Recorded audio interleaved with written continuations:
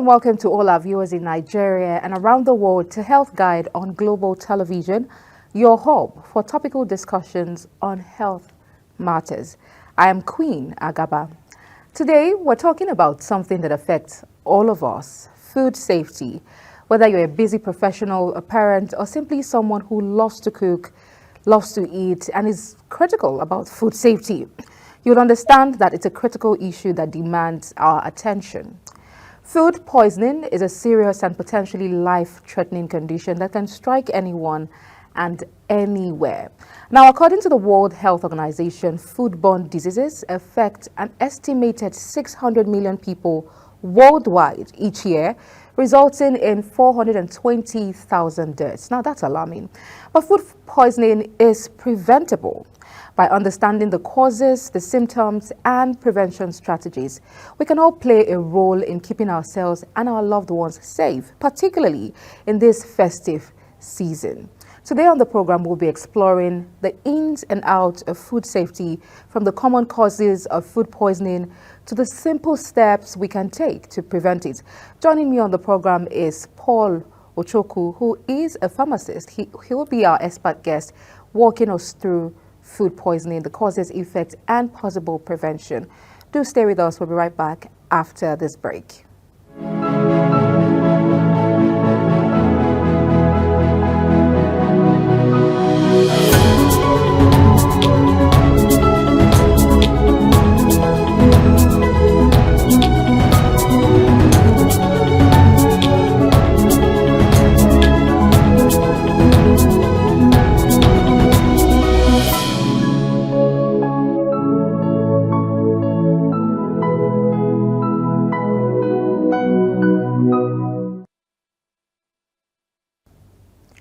Many thanks for staying with us on the program. If you've just joined us, this is Health Guide on Global Television, your hub on topical discussions on health matters, and we're looking at food safety, particularly food poisoning causes, prevention, symptoms, and all of that with our expert guest, Paul Ochoku.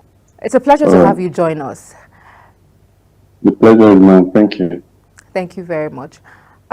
Let's look at food poisoning and the most common causes of food poisoning and how it can be prevented. Particularly now, we have most cases. It's the season where foods are prepared, distributed, shared across, people, tribe, and families. What are the common causes of food poisoning and how can it be prevented? But let's just dwell on the causes of food poisoning. Okay, thank you very much. You gave a very good introduction while you introduced tonight's program. Now, before I go into the common causes of food poisoning, I would like our viewers to also have a prior understanding of what food poisoning is all about. Most times when we talk about food poisoning, people's mind might go to when somebody actually have to put a poisonous substance into your food, which is not actually it.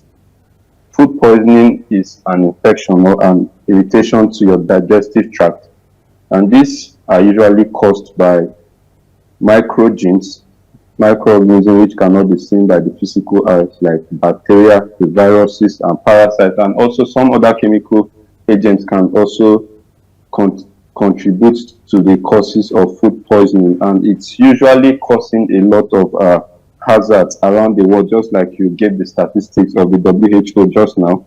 For instance, in the US, yearly over 48 million people suffer from food poisoning, and it results to 3,000 deaths. And then bringing it back home to Nigeria here,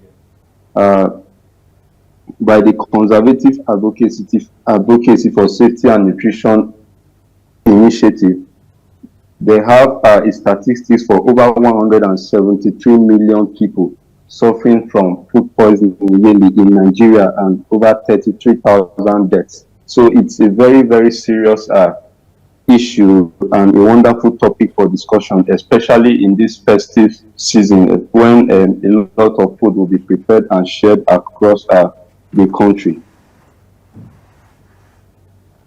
Well, thank you very much. But let's come down here in Nigeria, particularly in Nigeria. We understand that it's a cause for concern all over the world. Here in Nigeria, what are the common causes of this poisoning? Okay, so like I said earlier, some of the common causes of this poisoning is when the foods that are being prepared are not properly prepared in the best sanitized environment or methods used in preparing them, especially the water that is being used to prepare some of this food. It can already be contaminated, and then when you take this food that was prepared through this contaminated water into your system, these are some of the things that causes food poisoning. And like I said, there are four major things that causes food poisoning. Number one, I said, is bacteria. Number two, viruses. And then number three, parasites. And then number four are foreign chemical agents that can be introduced into your body. Like most of these foods that are contaminated through fertilizer that are used in growing them, when you take some of those foods into your body, it can actually cause food poisoning for you. So those are the common causes of food poisoning. Thank you very much. How about the symptoms? How do we know? How do we distinguish? Because sometimes symptoms could be similar. What are the typical symptoms of food poisoning, and how can we distinguish it from other illnesses? Okay, so a very common symptom for food poisoning is diarrhea. And like you said, for us to be able to distinguish it from other illnesses, there has to be some level of peculiarity when it comes to the case of food poisoning. So you have diarrhea, you have vomiting, and some individuals are usually prone to food poisoning. I did mention that earlier. Number one, children and infants, they are the most prone age groups for food poisoning. Secondly, is pregnant women and their fetuses. And then thirdly is the older adults, say from 60 years and above. And then fourthly, we have those individuals who their immune system are already compromised.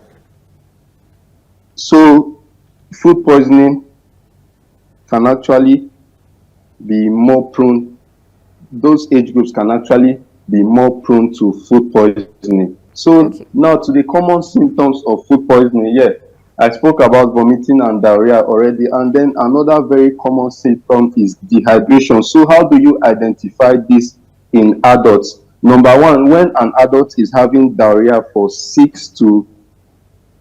more than 6 times in one day, that is already a unique symptom for an adult. And then if this adult is having very severe headache or high fever, is another symptom. And then there can also be an abdominal pain or pain in the rectum. That's another symptom of food poisoning. Then for children, for instance, when your child is crying, when I talk about children, I'm talking specifically about toddlers now, from the age of 1 to 3 years. When you see this child crying for some time and then you can't see any tears, and then for those infants who are still using diaper or something, if for the space of 3 hours they have not wet their diapers, then they can be suffering from dehydration, and then that can be a symptom of food poisoning. And then add it up with vomiting and diarrhea and other symptoms like that, you actually know that this is very, very specific for food poisoning. And then another common symptom that we should look out for is dark stools, tarry stools, pus in the stool. This is common to children. And then blood in the stool or diarrhea is a very common symptom of food poisoning. So these are the symptoms to look out for. You know, you made mention of sometimes this food being contaminated from the post production or even from the farms due to fertilizers and, you know, all of these things. But before we circle down to some of the resultant effects or later or even worse effect of food poisoning, let's look at how these foods can be better preserved, better preventive measures, basically. How can we best avoid food poisoning? Okay, so the best way to avoid food poisoning is from the preparation of the food. You get, so food must be properly washed, food must be properly cleaned, food must be properly cooked and preserved. So these are the best ways to go. And then some other things that can be done is You know, some of these foods, just like you mentioned, keeping raw meats like poultry products, seafoods, and eggs separate from other foods is very, very important because these raw foods can actually be carrying these contaminants already. Then promptly refrigerate or freeze foods between less than the temperature of 4 degrees is very, very important because most times when the temperature of food is, say, at 90 degrees and above, it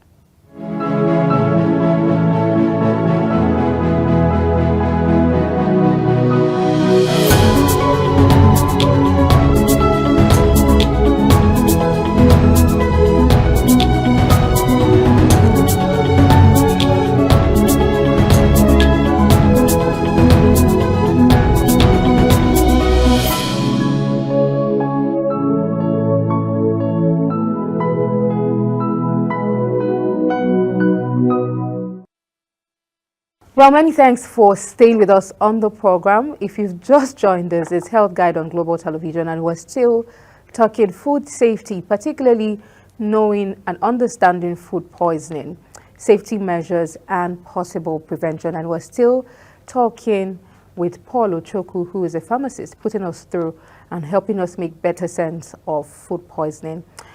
Paul, when we talk about food safety now, what are the key principles of food handling and how can they be applied in everyday life? Now, the key principles of food handling has to start from the preparation. And in preparing of food, there has to be proper cleaning, proper storing, proper cooking and handling of this food. Most times, foods are not handled in the best or optimal way to be able to prevent such stuff like infection and eventually leading to the poisoning of foods. So we should be able to keep our raw meats like poultry, seafoods, and eggs separate from other foods because, like I told you, these bacteria, these viruses, these parasites are actually more prone to these kinds of foods, so we should keep them separately from other foods. Then most times when we want to prepare our salad, which does not require any cooking or it does not undergo heat before it is being eaten, we should prepare these kinds of foods and refrigerate them before handling raw meat. And then we should properly refrigerate or freeze our foods that can spoil. Which this temperature, the temperature of 4 degrees and below is very, very important. Like I said, temperatures of 40 degrees and above are very prone for bacteria to grow in them. These temperatures provide a very thriving environment for these organisms that cause food contamination. Very common of this organism is the usual E. coli and then the Staphylococcus aureus. And then we should please go on. Yeah, I'm still going on with the points. Please go on. So we should also wash our hands with soap before and after preparation of foods. We should also wash our cooking utensils and surface after each use. And we should also eat foods that can spoil. We should eat food that can spoil very quickly, and we shouldn't leave them open for more than 2 hours. So these are some ways to prevent food poisoning. And I also want to throw a very important point there also. For instance, somebody that is already suffering from food poisoning, there are some common foods that person should avoid. What are these this can range. Can you come again? I didn't get you. Yeah, I said, please, what are the common foods, these common foods that people who suffer from consistent food poisoning should avoid? Okay, so those people who are already having an episode of food poisoning, because most time food poisoning doesn't usually last more than a week. So if it lasts more than a week, you should already be on your way to have an appointment with your doctor. So some of these foods are drinks that contains caffeine. They can be coffee, they can be tea, and other soft drinks like Coke that contain caffeine. And then foods which are high in fat, like fried foods, pizza, and other fast foods. And then also, when you are having an episode of food poisoning, you should avoid milk and dairy products because these products contain lactose, and most times it is not usually easily broken down. So you should avoid milk and dairy products during an episode of food poisoning. Who are those, groups, whether groups of people that need to take extra precautions, that are, prone to having this illness? Okay, there are 4 categories of people that are most prone to this illness. And the first category is the infants and children. So the next category of people are the pregnant women and then their unborn babies. The third category of people are the older adults. And then when I talk about the older adults, I'm referring to people who are within the age range of 55 years and above.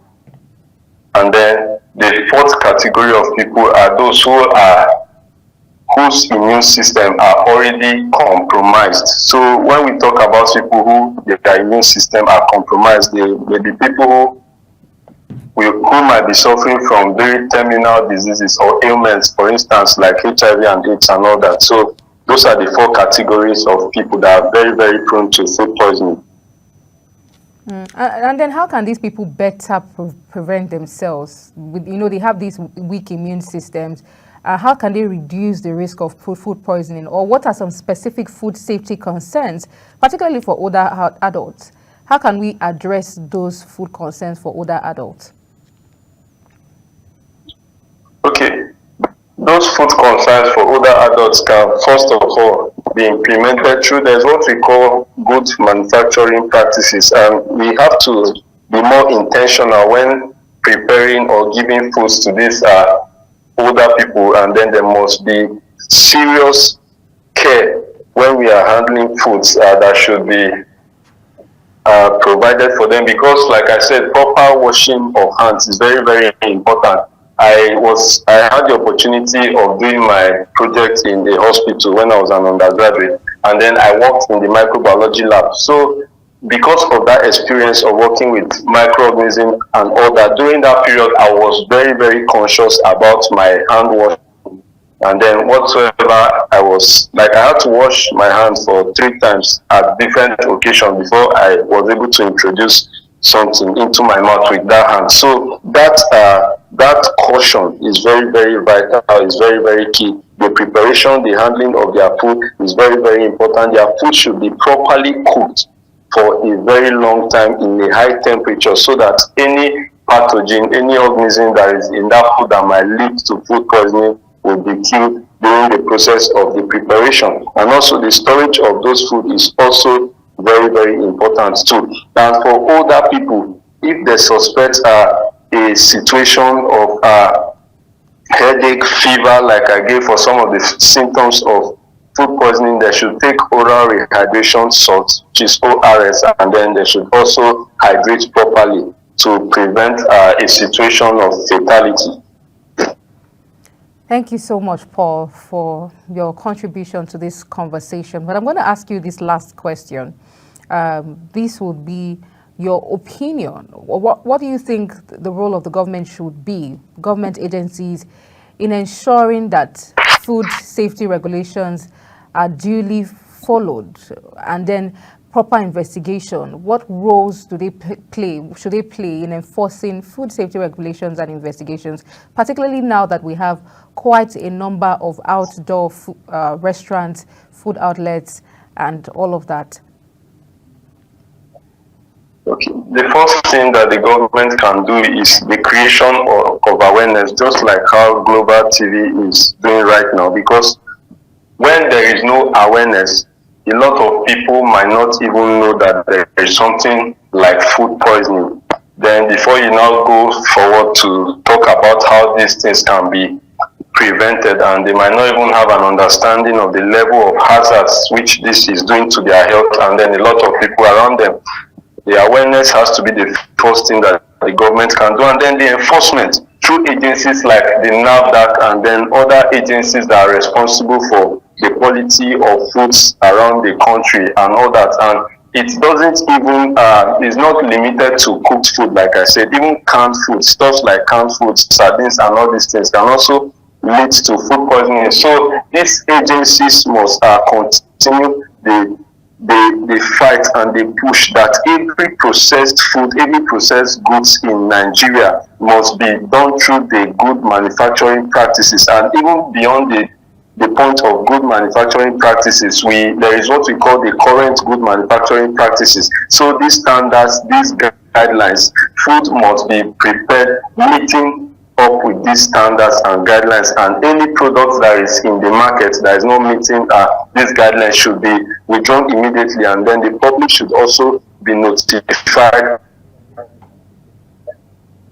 about something that I've been seeing recently. I think the NAFDAC, they were able to withdraw a product from the market recently, though this was not a food, I think it was a medicine or something, and then a circular was sent around the country that people should stop buying these products for those that are still in the market. So these are some of the ways that the government can ensure that proper awareness and then enforcement is being made so that people can be more protected from these hazards of food poisoning.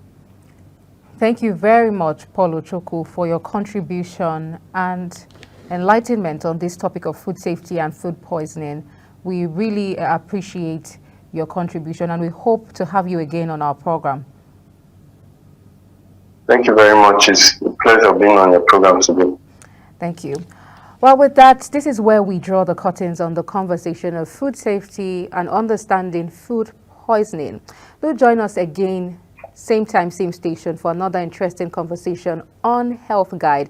And don't forget to follow us across all social media platforms using @GlobalTVNG and other handles now showing on your screen. Till I come your way again, I am Queen Agaba. Thank you for watching and see you again.